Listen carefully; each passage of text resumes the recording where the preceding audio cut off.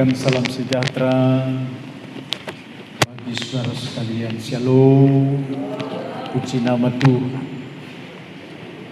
Hari ini perayaan Paskah di dalam berjemaat GBI Harmoni yang perdana ketika aku semakin yang lebih baik untuk menyampaikan kepada saudara. Dan mohon saudara sekalian juga akan lebih baik kita introspeksi buat tahun-tahun ini menghadapi tahun-tahun yang akan datang seterusnya. Ketika kita tahu bahwa tahun-tahun kesukaran yang akan datang hanya bisa kita mampu melewatinya di dalam berkat-berkatnya yang khusus bersama dengan Roh Tuhan. Shalom, shalom. Mari kita sambut firman Tuhan dengan memberi tepuk tangan bagi Yesus. Baik saudara sekalian, kita akan mendengarkan firman Tuhan dengan judul dan tema adalah bersukacitalah dan bersaksilah untuk memberitakan tahun rahmat Tuhan, yaitu keselamatan bagi dunia. Mari kita membuka firman Tuhan, Kisah Para Rasul pasal yang ke-10 ayat yang ke-43 berkata begini: Yesus itu telah dibangkitkan Allah pada hari yang ketiga, dan Allah berkenan bahwa ia menampakkan diri bukan kepada seluruh bangsa, tetapi kepada saksi-saksi yang sebelumnya telah ditunjuk oleh Allah, yaitu kepada kami yang telah makan dan minum bersama dengan Dia setelah ia bangkit dari antara orang mati. Dan ia telah menugaskan kami memberitakan kepada seluruh bangsa dan bersaksi bahwa Dialah yang ditentukan Allah menjadi hakim atas orang-orang hidup dan orang-orang mati. Tentang Dialah semua nabi bersaksi bahwa barang siapa percaya kepadanya ia akan mendapat pengampunan dosa oleh karena namanya. Amin saudara. Setiap kali kita mendengarkan akan firman Allah harus direnung. Saya ulangi, harus direnungkan dengan sikap yang siap untuk menjadikan firman itu adalah kesaksian bagi kita. Amin saudara. Beda dengan tahun-tahun yang lalu. Shalom saudara. Perhatikan ke depan. Jangan engkau perhatikan pacarmu. Shalom. Termasuk jangan suami-suami melihat istrinya, karena itu adalah urusan rumah tangga. Hari ini urusan Allah yang bangkit, supaya hormat kita seluruhnya tertumpah kepada Dia. Amin. Katakan amin. Firman yang sedang kita baca adalah judulnya, kalau kita tahu tentang kebangkitan Yesus Kristus, Dia memberitahukan, menampakkan diri, menyatakan kepada seluruh saksi-saksi, supaya saudara-saudara hari ini untuk menjadi kesaksianmu dan menjadi saksi engkau di dalam dunia ini adalah kepadamu yang paling utama. Berita kebangkitan itu adalah bangkitnya Yesus Kristus dari kematian itu. Supaya kita tahu maknanya saudara-saudara, bahwa dalam kematian itu sebenarnya sengsara. Tapi kenapa Dia mau? Dan ada dasarnya saudara-saudara yang akan kusampaikan kepada kita sekalian. Dasarnya juga adalah supaya saudara-saudara pun tahu bahwa semua sengsara itu memang harus kita alami. Tapi bersyukurlah kepada Allah di dalam Yesus Kristus Tuhan. Jikalau kita pun mengalami, saya sudah katakan kepada saudara-saudara, kita di dalam kemenangan. Ada perbedaannya saudara-saudara, orang-orang yang menang di dalam Kristus. Yang saya akan ajarkan kepada saudara-saudara bagaimana sebenarnya orang yang menjadi pemenang. Persiapannya itu ditopang oleh segala sesuatu di tengah kemenangan. Sebab dengarkanlah saudara-saudara, dan camkanlah ini juga, dan imanilah bahwa kemenangan Kristus itu telah memberikan kasih karunia kepada saudara-saudara. Kasih karunia itu adalah memperlengkapi saudara menjadi pemenang dan menjadikan saudara-saudara menjadi orang kaya. Kaya di dalam segala pengetahuan, kaya di dalam segala berkat-berkat yang khusus. Jikalau itu saudara tidak dapatkan, dengar baik-baik. Aku sebagai hamba Allah untuk menyampaikan kepada saudara kelemahan dan kekuranganmu. Bagaimana untuk menyangkut dengan kelemahan dan kekurangan itu? Dengar baik-baik. Shalom. Shalom. Engkau harus tahu di dalam iman bahwa kemenanganmu ada di dalam Kristus Yesus, memang melimpah kasih karunia. Amin, saudara. Saya berbeda dengan orang-orang yang percaya yang lain ketika saya menjadi jemaat. Perbedaannya ialah saya tahu saya adalah orang yang dipenuhi dengan kasih karunia. Karena mulai dari kecil saya sudah bermain dengan kasih karunia. Saya dipenuhi dengan kasih karunia. Kasih karunia itu mengalir adalah karena hubungan Allah dengan saudara, hubungan Allah dengan saya di dalam Kristus Yesus Tuhan. Saya akan bongkar rahasia kepada saudara-saudara. Kenapa itu tidak berjalan dengan baik? Saudaralah yang menjadi faktor utamanya. Ketika hari-harimu adalah hari-hari hanya berpikir, berperan dengan soal makan dan minum. Engkau lupa firman Allah yang berkata, cari dahulu kerajaan Allah serta kebenarannya, maka semuanya itu akan ditambahkan kepadamu. Utamakanlah iman di depan dan bekerja, berpikir, berhati untuk fokus kepada Yesus Kristus Tuhan dalam mencari kerajaan Allah. Sebab hari ini saudara-saudara, saya mau ketahukan kepadamu, kepentingan di dalam kemenanganmu adalah harus berlatih terus. Shalom. Harus berlatih terus. Itu sebabnya saya ajarkan kepada saudara-saudara di dalam berjemaat ialah latih kasih karunia yang ada padamu. Latih kasih karunia yang ada padamu. Engkau diberikan harga adalah harga yang bernilai. Engkau diberikan harta. Dengar baik-baik saudara-saudara, bermainlah hartamu kepada Yesus Kristus. Waktunya saya akan bongkar rahasia Allah, supaya di antara kita semua sebagai pemenang, saya ulangi, di antara kita semua sebagai anak-anak Tuhan adalah mempergunakan kasih karunia itu demi kemuliaan Tuhan. Kemiskinan yang ada, itulah yang kita kalahkan. Supaya kita ini adalah pemenang, maka untuk mengalahkan kemiskinan, persekutuanmu dengan Tuhan. Mungkin saudara jarang untuk berkata, Tuhan, kemiskinan, kebodohan yang ada padaku, kelalaian dan keakuan, keegoan, serta kedaginganku, supaya aku habisi.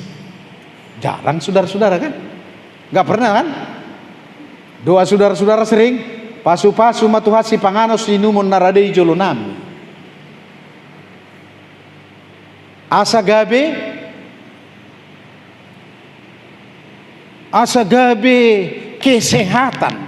kesehatan di dalam diriku, dan aku gemuk kuat. Hari ini saya mau katakan kepada saudara-saudara, ganti doamu. Itu doa ulu balang yang datang dari Samosir yang belum pernah bertobat. Saya sedang mengajar, menyampaikan kepada saudara-saudara sekalian adalah soal pertobatan itu adalah pasti saudara diberikan kasih karunia. Kasih karunia itulah yang menjadi kebanggaan kita. Kasih karunia itulah untuk menjadi bekal di dalam kita, untuk menunjukkan kita bahwa kita adalah anak-anak Allah, sehingga kesaksian kita kepada dunia luar menjadi jaya, menjadi tersohor, kelihatan. Dan ada pada saudara-saudara, rencana Tuhan sedang berjalan untukmu di tengah kehidupan ini. Mari kita berikan tepuk tangan bagi Yesus.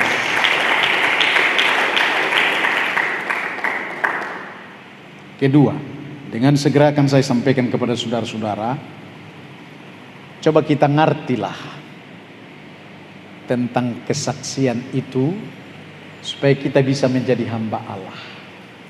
Saya ulangi, mengertilah tentang kesaksian itu untuk menjadikan saudara-saudara adalah hamba-hamba yang memang diprioritaskan, dipakai.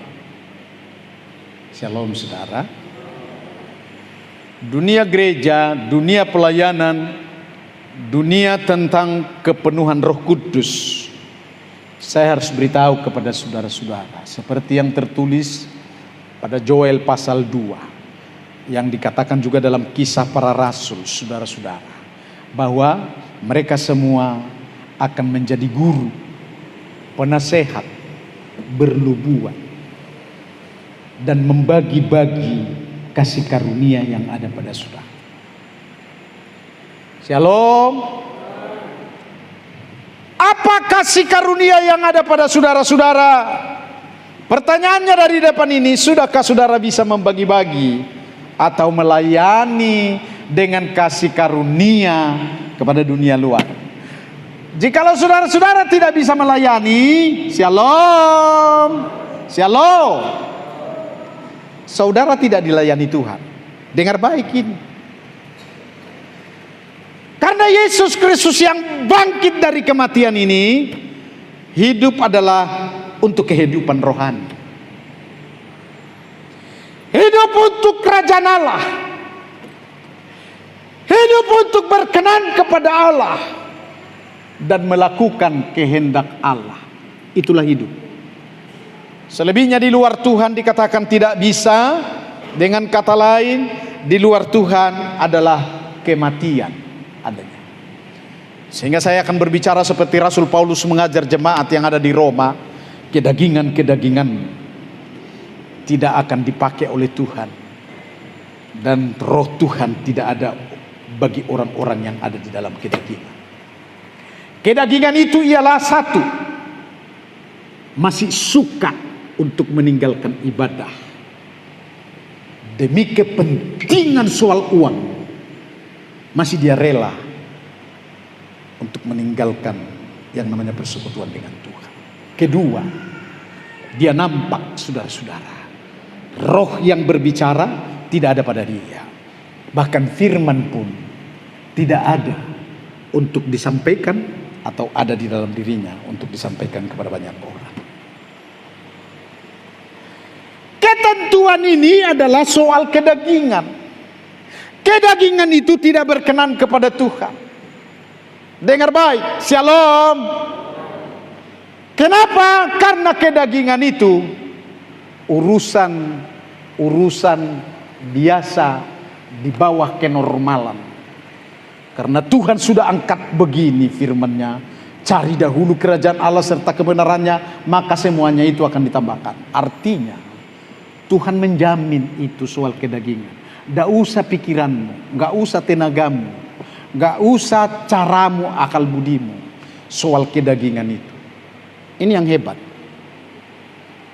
Sebab Markus 12 ayat yang ke-30 berkata, kasihilah Tuhan Allahmu dengan, ayo kasihilah Tuhan Allahmu 2-3 ya, kasihilah Tuhan Allahmu dengan segenap hati, dengan segenap jiwa, dengan segenap akal budi, dengan segenap kekuatan.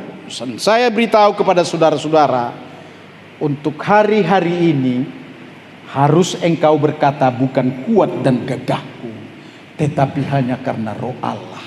Itu fakta dan kejadian nyata di tengah pertandinganmu, untuk engkau tetap menjadi pemenang. Berikan tepuk tangan bagi Yesus. Shalom. Shalom. Perhatikan baik-baik. Setiap kali firman yang disampaikan kepada saudara-saudara adalah menu makanan yang melebihi daripada hal-hal yang lain. Saya akan sampaikan dari depan ini adalah ambil yang banyak, penuhkan, dan katakan kepada dirimu, jangan sampai terlena.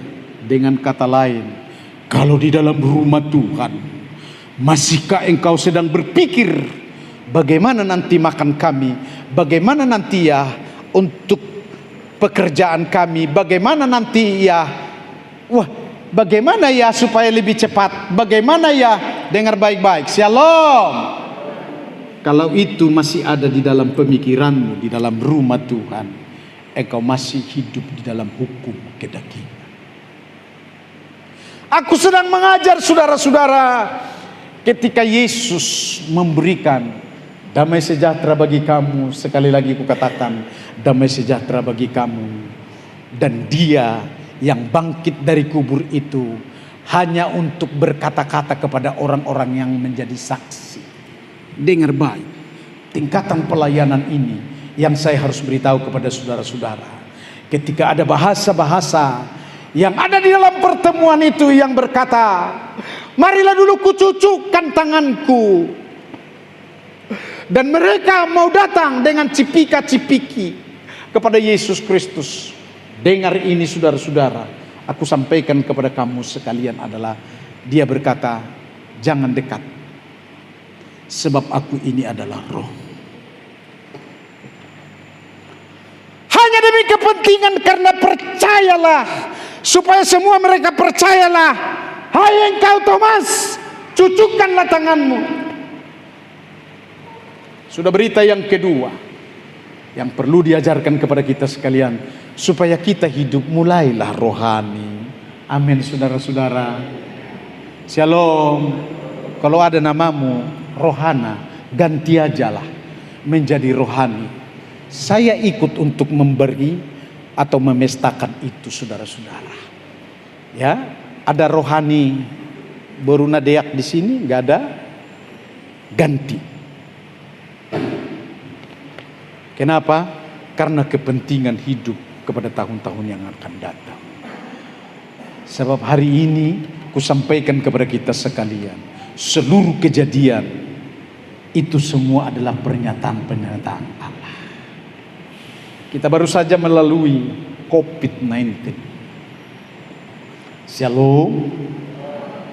Dan dunia sedang mengumumkan sekarang ini, shalom saudara, bahwa resesi yang lebih berat pada tahun-tahun 2023 sampai ke depan adalah resesi yang terhebat.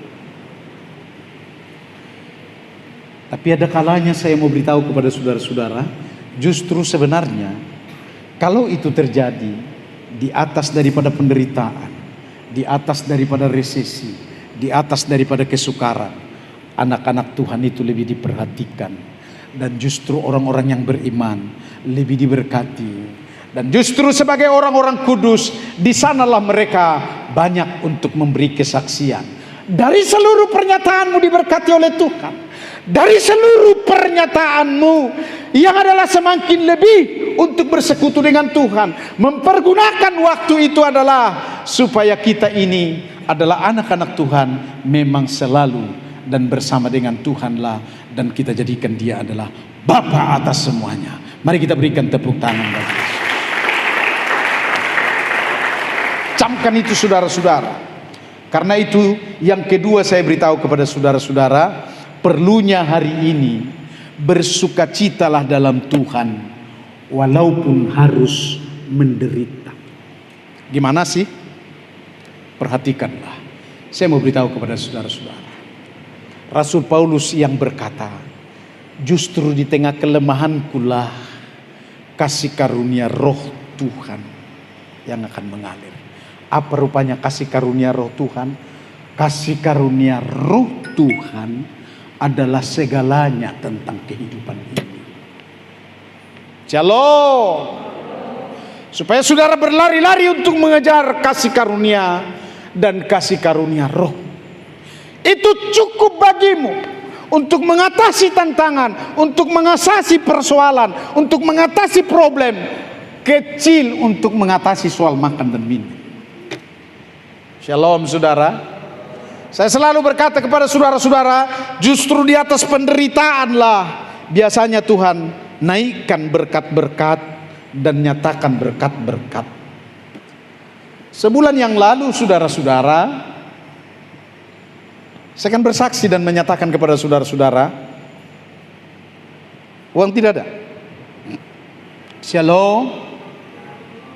Bahkan membayar telepon pada bulan yang lalu sampai dengan listrik tidak ada.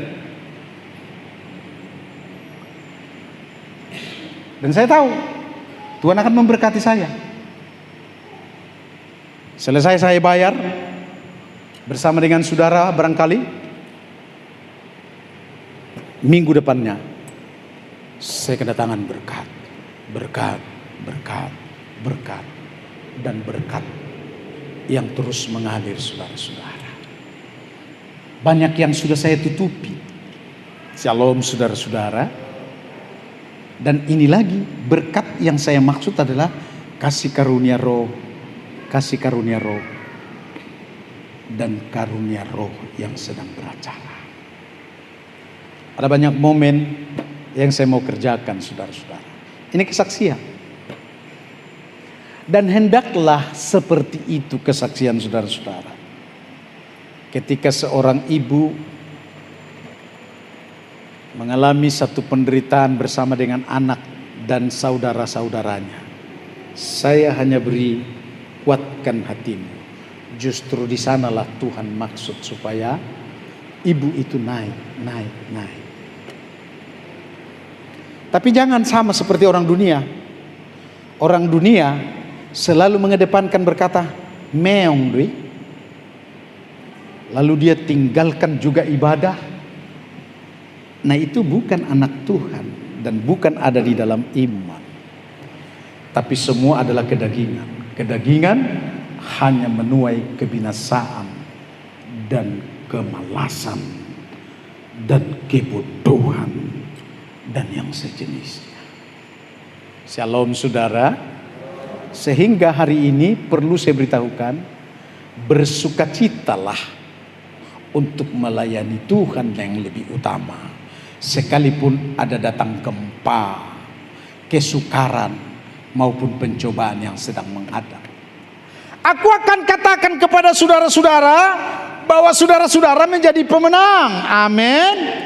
Dan Yesus Kristus yang menjamin dalam kasih karunia-Nya akan mengalahkan semua segala kesukaran. Pernahkah saudara tahu bagaimana Stefanus yang dilempari dengan batu dan dia bersaksi seperti ini, aku sudah dijemput malaikat, bahwa aku bersukacita ketika aku tidak mendapat uang dan kosong saldoku dan beras pun di rumah tidak ada.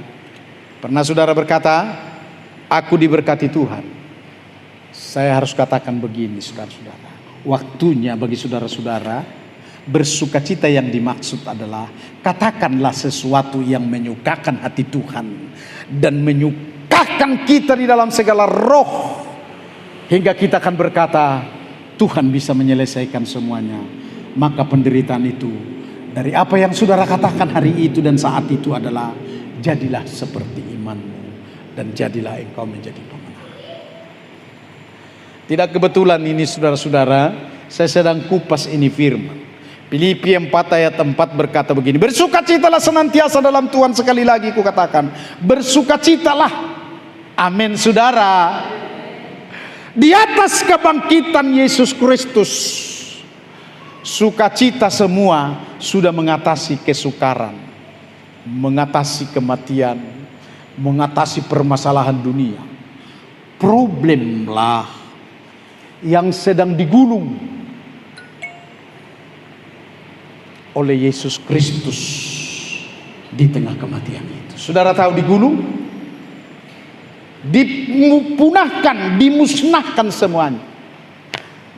Sebaiknya saudara-saudara ikut beriman bersama dengan saya supaya mengerti apa yang dimaksud tentang yang kukatakan ini.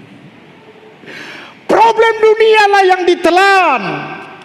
Problem dunialah yang dipikul oleh Yesus Kristus. Supaya problem dunia ini dari semua dosa, pergunjingan, perselisihan, perkelahian, menanam benih-benih menjadi pengajaran bagi saudara-saudara. Tetapi Allah yang kaya dengan rahmat, dengar baik, shalom. Tetapi Allah yang kaya dengan rahmat, saudara bisa punya pengertian yang dalam. Apapun yang ada di dalam dunia ini, semua adalah kekayaan Dia. Benarlah perkataan firman ini, bahwa Allah kaya dengan rahmat. Katakan amin. Dan kepada siapa itu akan diperuntukkan? Sesungguhnya yang sebenarnya adalah kepada orang-orang percaya. Tetapi orang-orang percaya belum tahu Dia. Maka aku beritahu hari ini, saudara-saudara, oleh karena kasih-Nya yang besar yang dilimpahkannya kepada kita. Shalom. Ini yang saya sampaikan kepada saudara-saudara tentang kematian Yesus Kristus.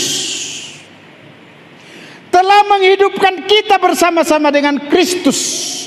Itu maksudnya. Saudara-saudara punya iman mulai dari hari ini. Yang dilimpahkannya kepada kita telah menghidupkan kita bersama-sama dengan Kristus. Sekalipun kita telah mati oleh kesalahan-kesalahan kita, oleh kelemahan-kelemahan kita, oleh kasih karunia kamu diselamatkan. Mari kita berikan tepuk tangan bagi Yesus Kristus Tuhan. Sehingga kesimpulannya adalah kematian sudah dilenyapkan. Dan bagi saudara-saudara, kematian itu tidak akan ada lagi pengaruh dan tidak ada lagi kekuatannya. Karena bagi orang-orang yang beriman bersama dengan kasih karunia oleh Roh Tuhan, menjadi orang-orang yang diberkati, penuh rahmat, penuh kuasa, penuh di dalam masa depan yang telah Tuhan maksudkan diberikan kuasa kepada saudara-saudara. Mulai dari hari ini membuat saudara-saudara menjadi orang-orang yang diberkati, dan itulah yang menjadi kesaksian bagimu bagi dunia luar, mengetahui tentang engkau adalah anak-anak yang diberkati oleh Tuhan. Amin firman-Nya. Mari kita